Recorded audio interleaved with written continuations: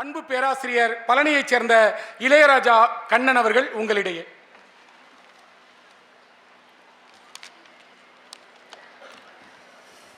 ஆண்டோர் அவைக்கு என் முதல் வணக்கம். ஒரு சாமானியனின் பார்வையில் பொன்னியின் செல்வன். சார், நீங்கள் பேராசிரியர், அது எப்படி சாமானியன் அப்படிங்கலாம்? நான் பேராசிரியர் தான். என்னோடய பேக்ரவுண்டு என்ஜினியரிங் பேக்ரவுண்ட், பொறியியல் பேராசிரியர். எனக்கு தமிழ் 10ஆவதுக்கு மேலே நான் படிக்கலை. ஆனால் இந்த பொன்னியின் செல்வன் நான் படிக்கிறப்ப ஒவ்வொருத்தருக்கும் ஒவ்வொரு கேள்விகள் எழும். எல்லாம் பல கேள்விகள் எழும். எனக்கும் பல கேள்விகள்லாம் எழுந்துருச்சு பொன்னியின் செல்வனை படிக்கிறப்ப. அதில் ஒரே ஒரு ஒரு ஒரு சின்ன 2-3 கேள்விகளை மட்டும் உங்கள்கிட்ட பகிர்ந்துக்கணும்னு ஆசைப்பட்றேன். ஃபஸ்ட்டு, இந்த பொன்னியின் செல்வன் படிக்கிறப்ப பொன்னியின் செல்வன் நாவல் படிக்கிறப்ப அது ஒரு சிறுகதைக்கு இலக்கணம் இருக்குது, உரைநடைக்கு இலக்கணம் இருக்குது, கவிதைக்கு கூட இலக்கணம் இருக்குது. ஒரு நாவலுக்கான இலக்கணம் என்ன அப்படின்னு யோசிச்சிருக்கேன். அந்த புத்தகத்தை பலமுறை படிக்கிறப்ப எனக்கு வரும், நாவலுக்கான இலக்கணம் என்ன அப்படின்னு படிக்கிறப்ப இருக்கும். ஏன்னா அமரர் கல்கி அவர்கள் எழுதியிருப்பார். ஃபஸ்ட்டு உரைநடையை தொடங்கும், கவிதையாக வரும், மறுபடியும் கதை வரும், வர்ணனை வரும், பாடல் வரும். ஒரு நாவலில் பாடல்கள்லாம் அதில் பயங்கரமாக வரும். ஒரு உதாரணத்துக்கு சொல்லணும் அப்படின்னா, பூங்குழலி, ஆக்சுவலாக நான் பூங்குழலி கேரக்டர், ஒரே ஒரு கேரக்டர் மட்டும் நான் உங்கள்கிட்ட பேசலாம். பூங்குழலி அழகாக இருக்கிறப்போ ஒரு சின்ன ஒரு பாடல் வரி வரும். அலைகடலும் ஓய்ந்திருக்க ஆக்கடல் தான் பொங்குவதேன், நிலமகளும் துயிலுகையில் நெஞ்சகந்தான் பதைப்பதுமேன், காட்டினில் வாழ் பறவைகளும் கூடுகளை தேடினவே அப்படின்னு அழகா அப்படியே அவர் ஒரு சொல்ல முடியாத துயரத்தை வெளிப்படுத்துகிற மாதிரி அழகாக சொல்லியிருப்பாங்க.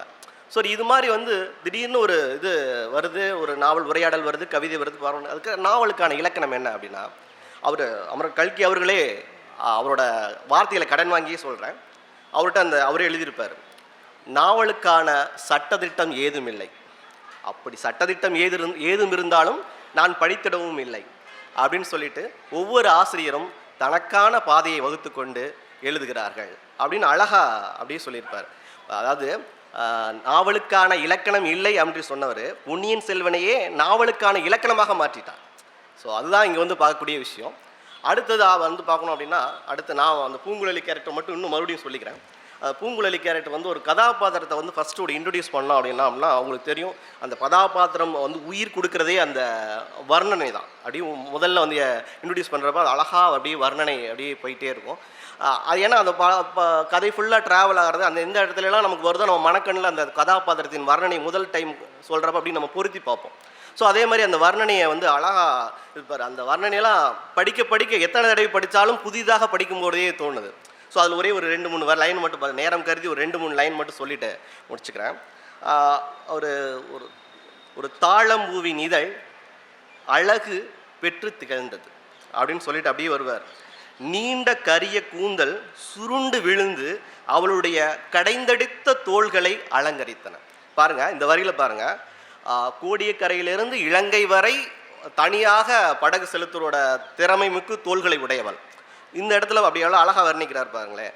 ஒரு கரிய கூந்தல் அப்படியே அவருடைய தோள்களில் கடைந்தெடுத்த தோள்கள், அந்த வலிமை, தோள்களுடைய வலிமையும் பெண்ணின் நளினத்தையும் எவ்வளோ அழகாக 2 வரியில் அவ்வளோ அழகாக சொல்லி முடிச்சுட்டார். ஸோ இதெல்லாம் பார்க்குறப்ப மிக பிரமிப்பாக இருக்கும். அடுத்து அப்படியே வர்ணிச்சுக்கிட்டே அப்படியே வந்துக்கிட்டே இருப்பார். லாஸ்ட்டில் அவர் சொல்லுவார், அழகே ஒரு வடிவம் தாங்கி வந்தால் அதற்கு எந்த ஆவரணத்தை கொண்டு அழகு செய்ய முடியும் அப்படிம்பார். இது அழகு தான், இந்த அழகுக்கு தவிர வேறு எதுவுமே இல்லை, அந்த நான் எப்படி சொல்ல முடியும் அப்படின்னு அப்படி முன்னாடி படிக்கிறவங்க கூட அப்படி உரையாடுற மாதிரி இருக்கும். ஸோ அது மாதிரி நான் கதாபாத்திரம். சரி, இது ஒரு வர்ணனைன்னு வச்சுக்கோங்க. அடுத்து போகிறப்ப ஒரு கதாபாத்திரத்தை அறிமுகப்படுத்துறதுல இவ்வளோ வர்ணனை இருக்குது. ஒரு சாதாரண நிகழ்வு இருக்கும், ஒரு சின்ன நிகழ்வு இருக்கும். அந்த நிகழ்வை கூட அவ்வளோ அழகாக காட்சிப்படுத்தியிருப்பார். அந்த குலகர் கோயிலில் பூங்குழலி போயிருப்பா, ஒரு பட்டர் பூஜையை முடிச்சுட்டு வரமா, வெயிட் பண்ணுமா அப்படின்னு சொன்னோன்னே ஒரு தேங்காய் மூடியை கையில் கொடுத்துருப்பாங்க. தேங்காய் மூடியை கையில் கொடுத்துனே அதை அழகாக எடுத்து சாப்பிட்டுட்டு இருக்கிற மாதிரி ஒரு சின்னது. அது ஒரு தேங்காய் மூடியை சாப்பிட்டுட்டு இருக்கிறா பூங்குழலி, தேங்காய் மூடியை கரண்டிக்கு சாப்பிட்டுட்டு இருக்கிறா, அப்படி தான் எழுதியிருக்கும். அது எவ்வளோ அழகான வர்ணனையோடு எழுதியிருப்பார் பார்த்தீங்களா. மதில் மேல் சுவர், மதில் சுவர், கோயில் மதில் சுவர் எவ்வளோ உயரமாக இருக்கும்னு தெரியும். மரைக்கிளையை பிடித்து ஏறிட்டு மதில் மேல் ஓரத்தில், மதில் மூலையில் ஒரு நந்தி தேவன் சிலை இருந்தது. அந்த சிலையில் சிறிது சாய்ந்து கொண்டு, என்ன சிறிது சாய்ந்து கொண்டு கால் நீட்டிட்டு தேங்காயை சுரண்டி சாப்பிடத் தொடங்கினாள். ஒரு சாதாரண ஒரு நிகழ்வு தான். ஒரு மதில் மேல் இருக்கு, எவ்வளோ மதில் மேல் இருக்கு, நந்தி தேவன் சிலை, வேற எந்த சிலையிலும் சாய முடியாது. அந்த நந்தி தேவன் சிலையில் சிறிது சாய்ந்து கொண்டு சொல்கிறான். இப்போ போன வாரம் கூட எங்கள் வீட்டில் ஒரு பட ஷூட்டிங் கூட நடந்துச்சு. காலையிலேருந்து சாயந்தரம் வரைக்கும் ஒரே சீன் தான்.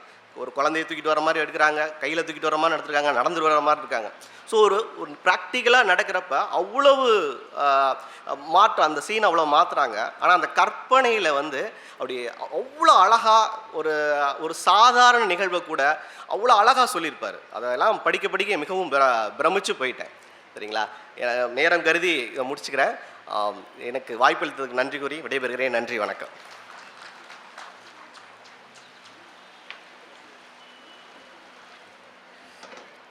அவ்வளோ அழகாக பேசினார் பேராசிரியர். அவர் திண்டுக்கல்காரரு. நாங்கள்லாம் எங்கிட்ட இந்த பக்கம் எம்புட்டும்போம், அங்கே அவ்வளோ அப்படிம்பாங்க. அவ்வளோ அழகாக இருந்தது. ரொம்ப அழகான உரை. ஒரு காட்சியின் விவரிப்போடு பேசிய பேராசிரியர் இளையராஜா கண்ணன் அவர்களுக்கு நெஞ்சார்ந்த நன்றி.